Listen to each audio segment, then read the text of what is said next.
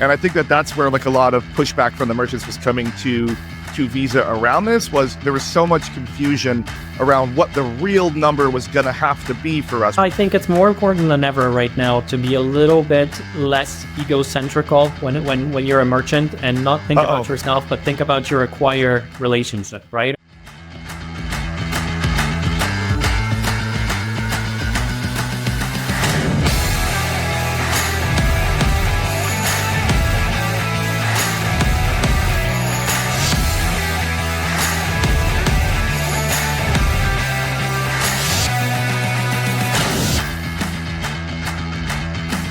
What is up, everybody? Welcome back to a new episode of Fraud Boxer.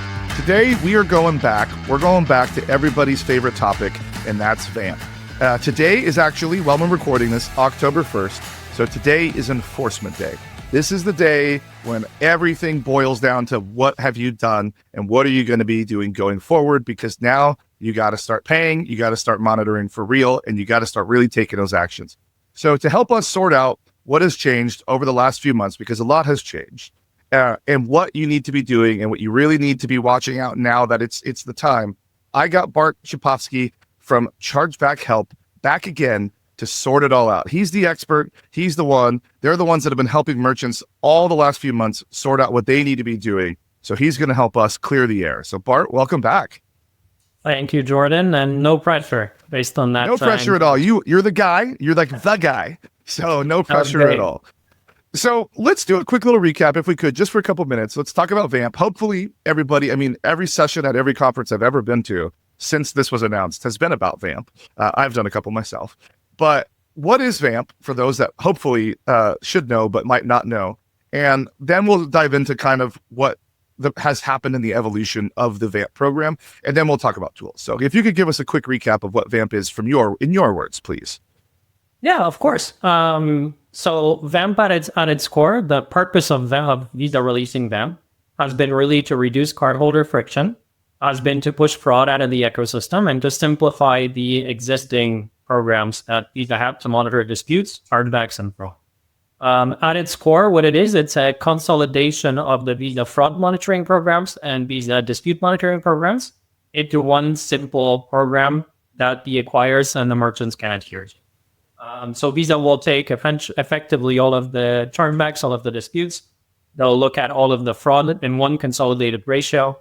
They'll minus or subtract from it any Visa exemptions, and they'll divvy it up against all of the settled transactions to come up with an overall health status of that acquirer number. And typically, historically, what was included in our TC40 reports, so there's TC40, TC15s, right? TC40 is kind of like all the disputes that are coming in, and TC15 is which would include 3D Secure. So stuff that you might not see coming into your actual queues in the TC40s, but stuff that was like liability shifted, but still counted against your ratio historically. And we'll talk about the ratios in a minute.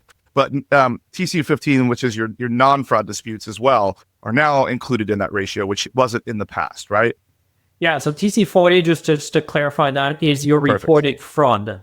So TC40 will only be the fraud-related disputes, and it doesn't mean that those ever turn into chargebacks, correctly said, Jordan, right? So if liability shifted over 3DS, then indeed that still gets reported to the TC40 fraud file. TC15 is the total accountment of chargebacks or of actual disputes that the issuer has filed. So that'll be a fraud and non-fraud disputes. And this is where, and correct me if I'm wrong, because this was something that I think where there was a lot of confusion, where there's a possibility, because these reports are combined in the VAMP ratio, right? So there's a possibility for double counting. Is that correct? Or was that a misconception? It is definitely double counting on the fraud ones. So in the initial announcement where Visa released VAMP, all of the disputes were meant to count only once. So if you're counting the TC40, you weren't counting the TC15. However, in the latest iteration that they've updated mid-time this year, and the way that it's launching today, effectively the enforcement launches, if there is a fraud-related dispute, there was a fraud filed in the TC40, and there is a corresponding chargeback filed on the TC15, that one transaction just resulted in 2 hits against the ratio. And that is a perfect segue into there was some ratio limits that had been discussed initially, but those have changed. Now, I will pop a graphic up for the people that are watching this, but for people that are not watching this, that are listening to this, can you tell us where we have settled on what those ratios need to be for merchants? We'll do acquirers next, but let's do merchants, because merchants are probably the main focus of this and probably the majority of people that are going to be listening to this right now. Yeah, so because of the double counting, Visa needed to adjust the thresholds, right? They couldn't leave them as they were before. They needed to adjust them. They needed to adjust them up. And Visa's answer, just maybe one more caveat to add as to why we're double counting these. They really want to double down on the front. They want to push it out of the ecosystem, so they're putting more weight on those types of disputes than on the customer types of disputes. Hence the double counting versus the single counting. So in terms of the thresholds, the ratios themselves, so where we have landed now and the way enforcement lands today, October 1st, as we're recording this, merchants everywhere with the exception of LAC of Latin America are bound to be able to stay below 2.2% or 220 basis points to be able to not enter the program and not get hit toward the acquire with the $8 per VAMP count fee. LAC or Latin America, that's starting at 1.5% or 150 basis points is where that sits today. And maybe one more caveat so that everyone's kind of aware, but next year in April, the 2.5% is dropping down to 1.5% for the rest of the world. So actually the whole world will be consolidated as far as merchants on the 1.5%. So initial time period for 2.5% for a period of time. Okay, so that is a significantly different number than we had originally started with when we started the program. So essentially, at the end of the day, next year, when all the chips have finally fallen, 1.5 is going to be the merchant's real final ratio. If you're over that, you got the $8 fee coming in, and it's coming to the acquirers. With your acquirer, whatever they charge you, that's between you and your acquirer at the end of the day.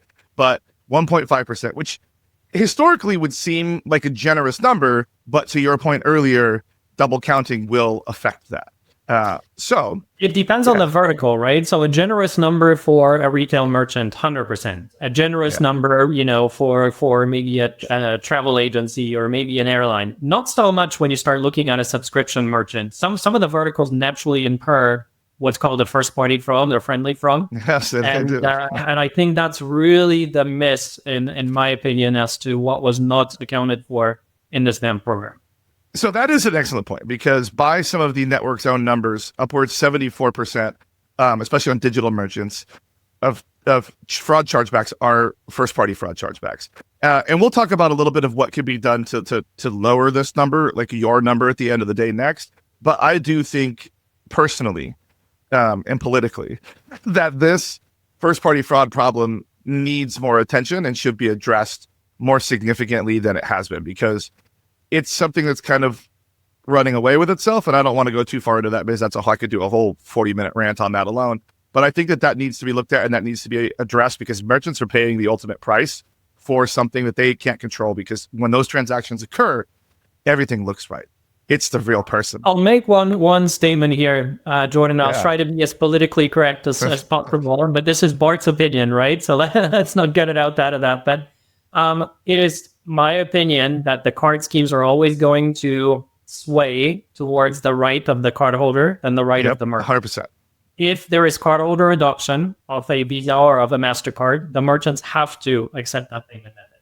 If the merchants are accepting that payment method, but the cardholders don't want to, then what's the point, right? So exactly. With that rule set and with that in mind, I think this is partially the reason why Visa's shutting a blind eye a little bit in some of these ratios on the first-party fraud problem and pushing it on the merchants, but that's not necessarily the right way to go.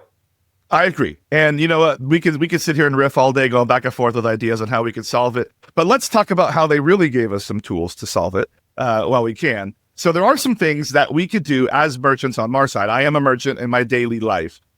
What are some things that we could be doing that could help me actually lower my 1.5% starting next year, 2.5% right now? So this has been a big point of contention as well, because there was some things that did do it, then there were some things that wouldn't do it, and then they put those back in. So let's start, if we could just at each and everything that a merchant could be doing. And these are things that you guys, if I'm not mistaken, are helping merchants actually sort out themselves in their own portfolio. So if anybody wants more information, I'll put links to to these guys and their site and some of the tools and some of the information that they have about this. So if something does sound interesting to you guys, they can help you out with that. So Bart, if you could please tell us what we could be doing to lower our ratio on our own instead of just taking it on the chin. Yeah, of course. And not to make it a sales pitch as well, there is no one silver bullet. I'm not going to sit here and tell you, enable chargeback help and you'll be golden. That's not necessarily the case, right? So in my opinion, there's 3 things that the merchant needs to do. Number 1, it's double check that the ratio that's being presented to you is actually the correct ratio. Unfortunately, we've seen it throughout the last months that the data being presented to the acquirers and in many cases to the merchants is actually not necessarily correct, and the ratio being presented is not actually what the ratio is. So the first and foremost thing I would urge every merchant and acquirer to do is to actually look at the formula, look at the raw data, and double check that the ratio that's being presented is indeed reflecting the raw data and the calculation that Visa has presented. There are ways in which the acquirer can contest or combat the ratio that Visa presented to them. They can dispute it.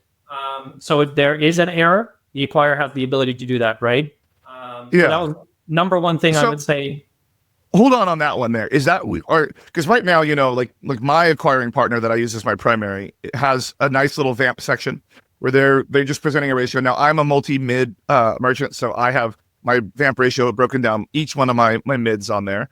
How would I do that? Like where should I start double checking essentially at the end of the day? Yeah, so there's effectively there's 3 components to the VAMP ratio, right? You said it yourself. There's the TC40 and the reported fraud. There's the TC15 of disputes, and then there's TC05, which is the total settled transactions. Total settled transactions you will have in your payment gateway. You'll know as a merchant what you have right? Or an acquirer will be able to pull that. TC40 and TC15 are available directly within Visa, and principal members, BIN sponsor banks, will have access to that within the VERC platform, which is the platform the acquirers gave them to look at the ratios, or within ViewRoll itself. For ISOs, which use BIN sponsor banks, they're not going to unfortunately have access to that pretty section that VERC is. So that's going to become a little bit more challenging. So one of the things that we actually have at Chargeback Help is we do have a product from Visa directly, from Verify Visa, called Inform, that is able to enable every single mid on individual basis and provide you directly from Visa the TC40 and the TC15. You guys actually can get it. So you guys can get those directly from the source. On a permanent basis. Oh, I actually didn't know that. So that's really cool. So that's nice the most important thing I would say, because before we get into any tools out there, let's make sure you actually know what it is, and whatever your acquirer or bank is providing to you is actually what the ratio is, right? Well, thank you. Yeah. The second thing I would look at is, before we get into the tools out there, I would just look at the customer journey yourself. So Jordan, we just spoke about first-party fraud. A lot of the first-party fraud is stemmed from cardholders not recognizing the transaction. Maybe a household, someone in my house making the transaction on my card and me not knowing about it. So or my inability to contact the merchant, not knowing how to contact them. So the first and foremost thing I would do after knowing the ratio is walking through the whole cardholder journey of entering that card into the website, knowing exactly what are they buying, what are they paying for, are they signing up to any subscription, reminding them about any rebills or any subscription payments, sending in emails, and offering them very simple way of contacting the merchant by offering a phone number or making a customer service team available, right? As well as a reminder email maybe to cancel a subscription or to reach out to them. Yeah, I know that everybody, that is counterintuitive to what you want, the stickiness of your customers, but forcing people to be sticky doesn't lead to good customer satisfaction at the end of the day. You'll see people complaining about it online, and you don't want people complaining about you online. One of the easiest hacks to everybody for, like, quote hack for having a better customer satisfaction is putting your phone number in your descriptors. Like that's old school. We've been saying that for 20 years, but literally it makes it so much easier to like stop unrecognized chargebacks. Or if someone does want to cancel a subscription, just to have a phone number just to call you, it helps a lot. It helps a lot. Like we've seen like upwards of 20% deflection just by having phone number in a descriptor. So yeah. So and keep going. Even further than that, Jordan, I mean, phone number is great. Sometimes, unfortunately, descriptors get truncated. Even just making sure that your actual descriptor is your actual URL will help a lot, right? Because a lot of the times I've seen descriptors so often where unfortunately the city field gets placed there and you get a descriptor of Washington DC and you're thinking, what the heck was that, right? So, Yeah. descriptor scrubbing 100%. Good point. So once we've gone through that journey of optimizing the experience, the next step is the tools, right? And that's where Chargeback Help can really help. So you've just mentioned, Jordan, yourself, the phone number being accessible. The first suite of tools that Chargeback Help has is the deflect segment, where we're trying to deflect these first-party fraud disputes. The way we do that is through solutions like Order Insight, Compelling Evidence, First-Party Trust from MasterCard, or Consumer Clarity. The purpose of these tools is the moment the cardholder calls the card issuing bank and asks a question, and they're starting that conversation by, hey, I'm not recognizing this transaction, it's the ability for us to get a hold of that order level data, the full digital receipt, as well as who is the merchant, what website was it bought on, what's the phone number, right? How do I contact them? And giving it in real time to the issuer so that agent having a phone call with the cardholder can give them that phone number if it's missing from the descriptor, can explain to them the website it was on, and effectively either get them back to remember that they made this transaction, help them to recognize that it was someone in their house, or get them to contact the merchant to simply resolve it with the merchant directly without having to go through the chargeback ecosystem. Do you have any data on those specific tools? Because you guys have a pretty big merchant portfolio of how effective those have been lately on those. Like it doesn't have to be like Consumer Clarity does this, blah, blah, like the Order Insight does this, but like just kind of give an idea. Just so like if I was sitting close to that threshold on my own, if I adopted those tools through you guys, like what could I possibly expect? Like, so all these tools are relatively fresh, but we have had the opportunity to have some very large subscription digital good merchants enabled on these tools recently, and have been able to build some case studies. You're welcome to reach out to us. We can send you the whole data. But in terms of sharing some stats, Jordan, we are seeing, if you employ Order Insight, Consumer Clarity, and CE 3.0, we are seeing somewhere between 15 to upwards to almost 25% of your VAMP ratio being equal to go down just from those tools alone. And I'm talking about a subscription digital goods subscription merchant specifically, right? So significant impact. And Order Insight and Consumer Clarity really take if for me as a merchant, no real, I don't have to do anything, right? Because that's all API calls and whatnot, isn't it? Well, my dev guy would shoot me if I say I don't have to do anything. But I would say, so the only thing you have to do, which is the heavy load, is at the beginning to integrate to that solution, your CRM. Yeah, but after it's good. But after that, it's integrated. Totally automated. There's absolutely nothing you need to do. And part of the beauties of working with Chargeback Help is that there's 4 solutions that I've mentioned in that segment. We consolidate them into one. So once we have access to your CRM, we just make one integration, and after that, you're good to go. Yeah. Okay. Good to know, because I think that's always, for me and my company, the dev cycle is always daunting. So we have to be very, very picky on the tools that we choose, that we allocate those resources to, and make sure that we're getting a lift that's like a juice is worth the squeeze at the end of the day. I think obviously most companies would look at and approach any sort of dev cycle like that, but I think it is important to understand. Jordan, the 15 to 25%, I think, is a big enough lift for that to make enough impact to invest those resources, number one. And number two, given how big of a challenge first-party fraud is in the ecosystem, Visa and Verify and Ethica are really pushing to expand those solutions and ensure that they're covered by more issuers and bring more value, right? So I'll definitely say this is worthwhile at this point. And then just for me, just because I'm pretty sure I know the answer, but if you're utilizing these tools, these actually remove that dispute when you win from at least one of the calculations, right? Because it's double counted, but one of those will be removed, if I'm not mistaken, right? Or is it both of them now? Because I'm still kind of in the weeds on it. Yeah, the great question, Jordan. So the beauty of these solutions is that they come first in the waterfall effect of the dispute cycle, which means that if these solutions work at deflecting, so again, imagine that scenario, cardholders on the phone with their issuer asking questions, issuer gets armed with the data to push them off. That means there is no longer a dispute. There is no TC40, there is no TC15, which means that 0 counts towards VAMP whatsoever. Both of them. So, okay, I didn't know that. That's 100%. Just where even me, that does this every day, all day, this has gotten so convoluted that this is super helpful to me. So both of them. And then the other piece that's very key for merchants as well is not only both accounts get removed, Jordan, but you also don't refund. You actually keep the amount of money related to the transaction. And on top of that, you're not marking, let's say you're a subscription merchant, you're not marking that account for blocking simply, and you're not expecting what's called false declines down the road of declining active valid transactions from continuing to bring you revenue. Except those compelling evidence 3.0 ones. I might have to make a business decision about those people. But that's your call. That's for me to do. Yeah. So keep going. Tell me more. What's after this first line of defense here on these things?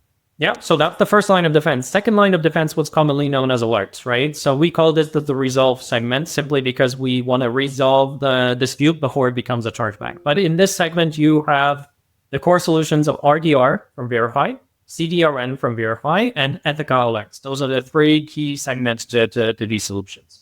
In terms of how they work, the whole principle behind them is now the card issuing bank was unable to get the cardholder off the phone. Yeah. They didn't deflect. They were like, yep, still don't recognize that, even though you've told me all this information. Let's move forward. And then they start going, I need my money back. I'm not agreeing to this. Let's proceed. Got it. The issuer then will file an alert with one of the networks prior to filing a chargeback. The reason they'll do that is because alerts typically resolve the disputes quicker. They can get the money faster. Number two, they can give the data faster to the merchant. So if I actually have physical good tied to the product, I can cancel the shipment. Yeah. If I have a service tied to it, I can cancel it, right? So that's number two. And then number three, there's a smaller cost to an issuer typically of sending an alert than there is of filing a chargeback, reconsolidating, and potentially worrying about representatives. So if I get an alert and I refund, Ethica alerts, RDR, and CDRN, all of the alerting solutions will prevent the TC15, which is the chargeback count. Yeah, however, so the TC40 will still count. That's the TC40 will still count. They do not remove the TC40. There is one nuance that I can share, and that's with Ethica alerts. Ethica alerts is the only product out of the three that's received upon the authorization, not upon the capture of a transaction. So if a merchant has a delay between auth and capture, and they only authorize a transaction, they may already receive an Ethica alert on that transaction. They can simply then cancel the authorized transaction or not capture it, preventing the TC40, the dispute, sure. But because the transaction never captured, it is not possible for the issuer to file the TC40. TC40 can only do all the captured transactions.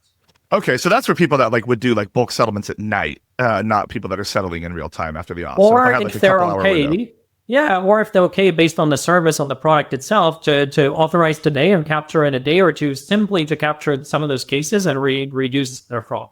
That is one optimization exercise some people have. Okay, yeah, I have never done anything like that. I've done all the instant settlements and I've done the bulks, but I've never done settlement optimization, I guess. But that's why I don't do payments at my company. So yeah, all right. So keep going. Tell me more. So that's realistically the last segment of solutions that can help you with there. After that, we have a solution called Recover, which is really representing and fighting a chargeback when it does arrive to be able to try to get back some of the money. But that's just getting your actual money back, but you're stuck with the ratio, right? On those chargeback, no all of that counts against you still towards the ratio. And I think this is a good moment to mention a common misconception in the ecosystem, Jordan. CE 3.0, compelling evidence 3.0, is deployed by Visa in two ways: pre-dispute and post-dispute. Many merchants we speak to will say, well, I already get compelling evidence 3.0 through my acquirer. Typically, what that means is they're using the post-dispute cycle, which means they're using a rule in compelling evidence to represent and be able to win the representment based on that rule of finding two previous transactions that relate to the same. However, that does not remove the dispute or the ratio count. All it does is helps you win. So it's important that the way we work with compelling evidence 3.0 is pre-dispute before it actually becomes a chargeback, in which, to what we mentioned earlier, it does prevent both counts, the TC40 and the TC50. So that is super interesting because I think for so many of us merchants, when they said that compelling evidence 3.0 wins will be backed out, that we assumed that it was going to be in the post-dispute because we're in there actually with our sleeves up, sending this data back to try and win the case. So actually, this is different new information. So this is super helpful because I'm going to have to tell my team to not worry so much about it because it doesn't really matter. Just get my money back at the end of the day. But I mean, granted, I am an e-commerce merchant and my ratio is just fine at the end of the day. So I think we should kind of talk to, because now this is where we've set the state of the state, the current state of the world as of October 1st, what it is, what the new ratio is. We talked a little bit about the fees. Can you just mention the fees one more time, just so people are aware? If we go over this 2.5 this year, 1.5 next year, like what are the real world fees for being over this real quick? And then we're going to talk about the public opinion, if maybe, probably. So a couple of things, Jordan. You mentioned it's 2.2, right? And then 1.5 next year. So just to make sure we put the number. I know there's lots of numbers in there. Let's make sure we get them right. One thing we didn't talk about, and I think it's very important we do, is we talked about the merchant ratios. But I think it's actually the acquire ratios are more important than the merchant ratios, because the acquire ratios are much lower. So as of October 1st, today, as we're recording this, the excessive ratio for acquirers kicks in, which is 0.7%. So if an acquirer exceeds 0.7% across their portfolio, they get billed the same fee. It's $8 for a merchant or $8 for an acquirer exceeding. They get billed that, but across their portfolio of merchants. So why I think that's important is I may be a merchant sitting at 2% ratio this year, thinking I'm below 2.2, I'm absolutely fine. Yeah. But if my acquirer is sitting at 1% and I'm at 2, I am dragging that acquirer's ratio up. The likelihood of that acquirer having a problem with me is fairly high, and they may still take action against me simply to reduce their overall ratio, right? So that's important to remember. So let me ask you a question about that, because I think there was, from my side at least, there's been some confusion about that. So obviously, like you said, it's across their entire portfolio. So all the merchants that they have that are in their portfolio. Now, those fees that come in, the $8 that come to the acquirer for that, is that on a per merchant, or is that their whole portfolio? Like, okay, so you talked about complicated before. Let's get really into the complicated. This is where I don't know, all right. If the acquirer is below the ratio, they're where they should be. They're not the ones that are getting in trouble. It's the merchant that is above the ratio. In that case, the acquirer gets fined $8 for every TC40 and for every TC15 pertaining just to that one merchant. But of course, 100%. Every VAMP counts. So that's a $16 fee that they're getting that they're probably going to pass to me. Well, and if not markup, yes. Yeah.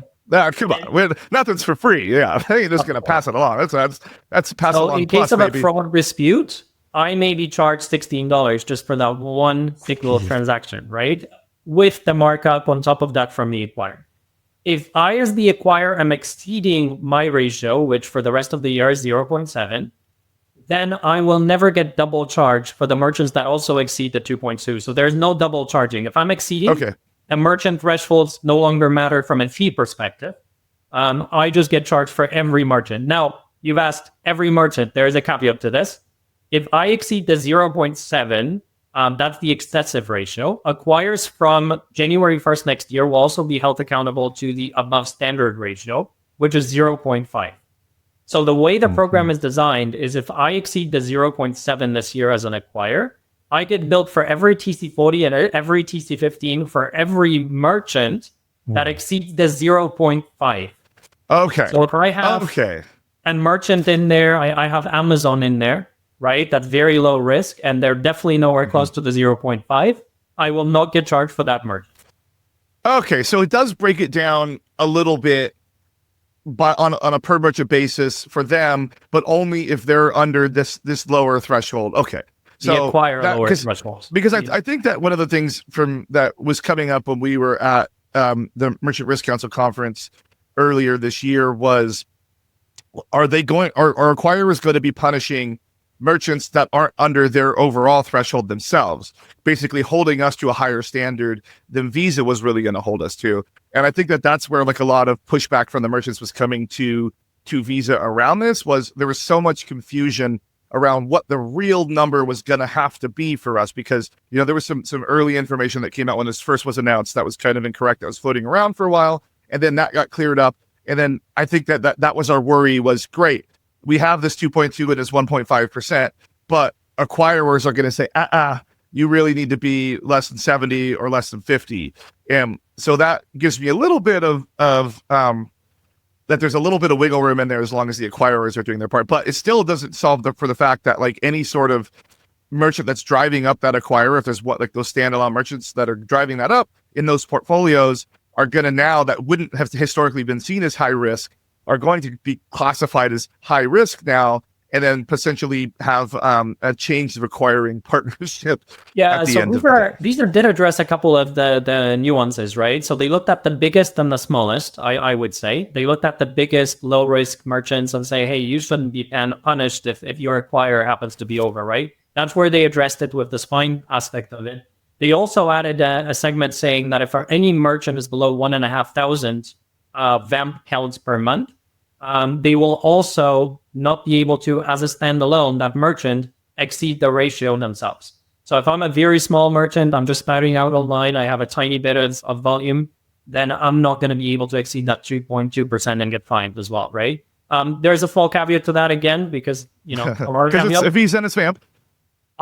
Central Europe, Middle East, and Africa, that's 150 or accounts or $75,000 in volume.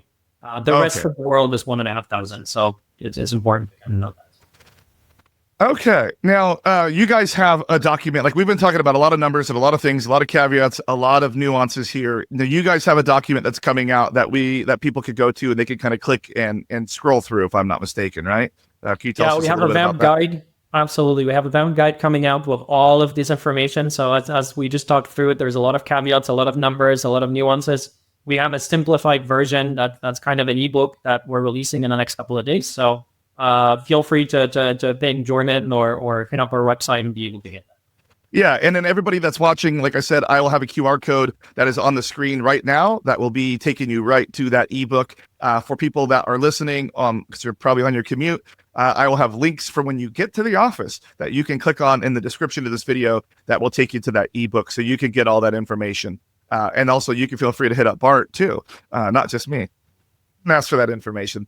But yeah, thank you for that. So as we begin to wrap up this here, because this has been an informative one, pretty heavy on the data, which I love. Let's get those people the facts. Let's get them what they need. Let's talk a little bit about what the kind of like the public perception has been across what you guys have, because you guys have a lot of merchants. You guys have been working through onboarding merchants, sorting this all out. What have merchants been saying? Like what's been the opinion of it? And obviously we all work with Visa, so we don't want to say bad things. So, but there's opinions that float around at the end of the day. Yeah, I think at the end of the day, we have to recognize we're all humans, and we can all make good or bad decisions or have the ability to pivot, right? So with VAMP, I think Visa has the right aim at heart to remove that cardholder friction and to be able to get some of that fraud out of the ecosystem. I think it makes sense with all the convoluted programs of the past why they want to simplify them. But it's very, very, very difficult to put every vertical of a merchant in the same bucket. And I think that's what they're struggling with at the moment. And that's the feedback that we're getting from our acquiring bank partners and the merchants is, for some segments, this is great. And I think even you mentioned a couple of times on this interview, Jordan, that for some merchants, that 1.5% is well above anything they would need, right? But for some merchants, especially in the digital goods space, and even more so, especially in the subscription space, I think it's very difficult to throw those merchants in that same category. Those merchants typically experience upwards of 80 or sometimes even 90% of their fraud being first-party fraud. They're really getting hit up by and that makes sense because people use people use chargebacks as a cancel button on subscriptions. It's just easier, especially you can tap on your phone these days to cancel that. It's a lot easier than it is to pick up the phone and have that awkward conversation. We are millennials and Gen Z, at the end of the day, we don't like to talk to people. And I think the other thing that happens, Jordan, is the moment I call my bank and tell them, hey, I didn't authorize that transaction, the typical thing a card issuer will do is they will look at all the other transactions from that same merchant and say, well, what about this one, and this one, right? And that opens it up, especially in a recurring space. If I have a transaction every month, for me to charge back all of a sudden 5, 6, 7 transactions of one card. And that becomes a bigger challenge, right? So again, going back to your question about the feedback, we're actively working and talking to Visa to provide some of this feedback, but the overall feedback is that this ratio seems to be targeting heavily the subscription digital goods merchants and making it very difficult for these merchants to survive and continue processing as they have been. And Yeah. I mean, I get why why it matters. Like, it should be easier to cancel subscriptions. I think a lot of if you look at like the Chewies and those types of subscription merchants, they do make it easy to modify, cancel, skip. Fabletics is another great example where they have a pretty easy to manage subscription. And these are websites that me personally, as a consumer, I feel more comfortable enrolling in these subscriptions because it's easy for me to control. I don't feel as trapped. And I think that if subscription merchants that are more in this space, hopefully they'll recognize that having the ability to modify, change, skip, cancel their subscriptions will put a little peace of mind on the consumer and lead to additional stickiness when you have that option. Things change, Yeah, like there's circumstances two things change. I want to mention there, Jordan, if I can. One is that when we're speaking about VAMP being a challenge for subscription merchants, I want to make it very clear it is also a challenge for the very big merchants like the Spotify's or Google's or iTunes of the world. We've done case studies, I think some of which are public case studies back when I was in the Ethica days, whereby some of these massive global merchants, subscription merchants, have stated that 50% and upwards of their disputes are still first-party fraud disputes. So this is not isolated to aggressive merchants who are not offering a clear way to cancel. Good point. And I remember back in the early days when I was in this industry, it was always you wanted to push your chargeback threshold to the absolute max, like right before you didn't get in trouble, because that means you're maximizing your absolute conversions at the end of the day. That was just, we just push it to the limit. I mean, it's kind of changed a little bit in the modern age as people have become a little more sensitive to money that's walking out the door on things. So people have tried to find that balance a little lower down the chain. But and I want to give one shout out here, Jordan, as well. The card schemes are not sleeping. In this case, I'll give a little bit of a shout out to MasterCard, and they have created a new solution that's scaling out right now called subscription controls that we're looking to work with very, very soon. The purpose of which is to effectively give a consumer at the issuer level an overview with toggle switches of every subscription that exists right now on their card, with the ability to simply disable it. And what MasterCard's doing with that solution is contacting the merchant and able to actually cancel the contract with the merchant, which is much better than implementing an issuer block or a card scheme block on that merchant itself, right? So there are some solutions coming out for this as well. But yeah, absolutely, making the journey easier is key. Friend of the show, MasterCard. They've been a very nice partner to me over the years here. So good job, MasterCard. I hope that you get the merchant adoption, because that would be a cool deflection tool too. If I could just log in and see the ability to do that. I know there's other third-party apps that try to do that, but they always have a big giant asterisk that says not guaranteed on there, So good job, MasterCard. I'll be seeing you guys in a couple of weeks over at Money 2020. I'll be on stage with them talking about some return abuse stuff. So that'll be fun. Friend of the show, MasterCard. Keeping it real. So anything that you think that we need to know as we wrap this all the way up here with a nice little bow and sail off into the VAMP sunset? Yeah, I think it's more important than ever right now to be a little bit less egocentrical when you're a merchant and not think about yourself, but think about your acquire relationship, right? I think that's really what's key right now, is making sure that we're recognizing that our acquirers are, in many cases, in trouble or they need to lower their ratio, and seeing at what can we do as merchants to support our acquire relationships. It's my opinion that the merchants that can prove to the acquirers right now, especially now, that they're able to support them and help them by potentially lowering their thresholds to help the acquirer out, is probably going to come out on top in the new year or next year as all of this settles down and we find a way to work in the new ecosystem. So, there's no one silver bullet. Looking at your overall customer journey, just to recap, looking at making sure you know what those ratios are, leveraging all the different tools, and then collaboratively working with your acquirer would be the suggestions I would make. Excellent. Well, thank you for sorting out all this information for us. Hopefully, everybody, that leads to a little bit of clarity. For anybody that wants to read it and try and and really look at it, just a nice document that has it. I will link the ebook on here. I'll link any additional resources that they want linked on here. So you can go on your own journey to make sure that you have the information that you need and you have reference points. Thank you so much for coming. yeah, everybody, Bart Chapovsky from Chargeback Help. So everybody just, please visit them. If you need help, if you have any questions about it, or you want to integrate any of these services, but you don't know where to begin, they're a pretty good first stop. So yeah, give it a shot, everybody. Perfect. Thank you, Jordan. Appreciate it. Thank you guys for listening, and we'll see everybody in a couple of weeks.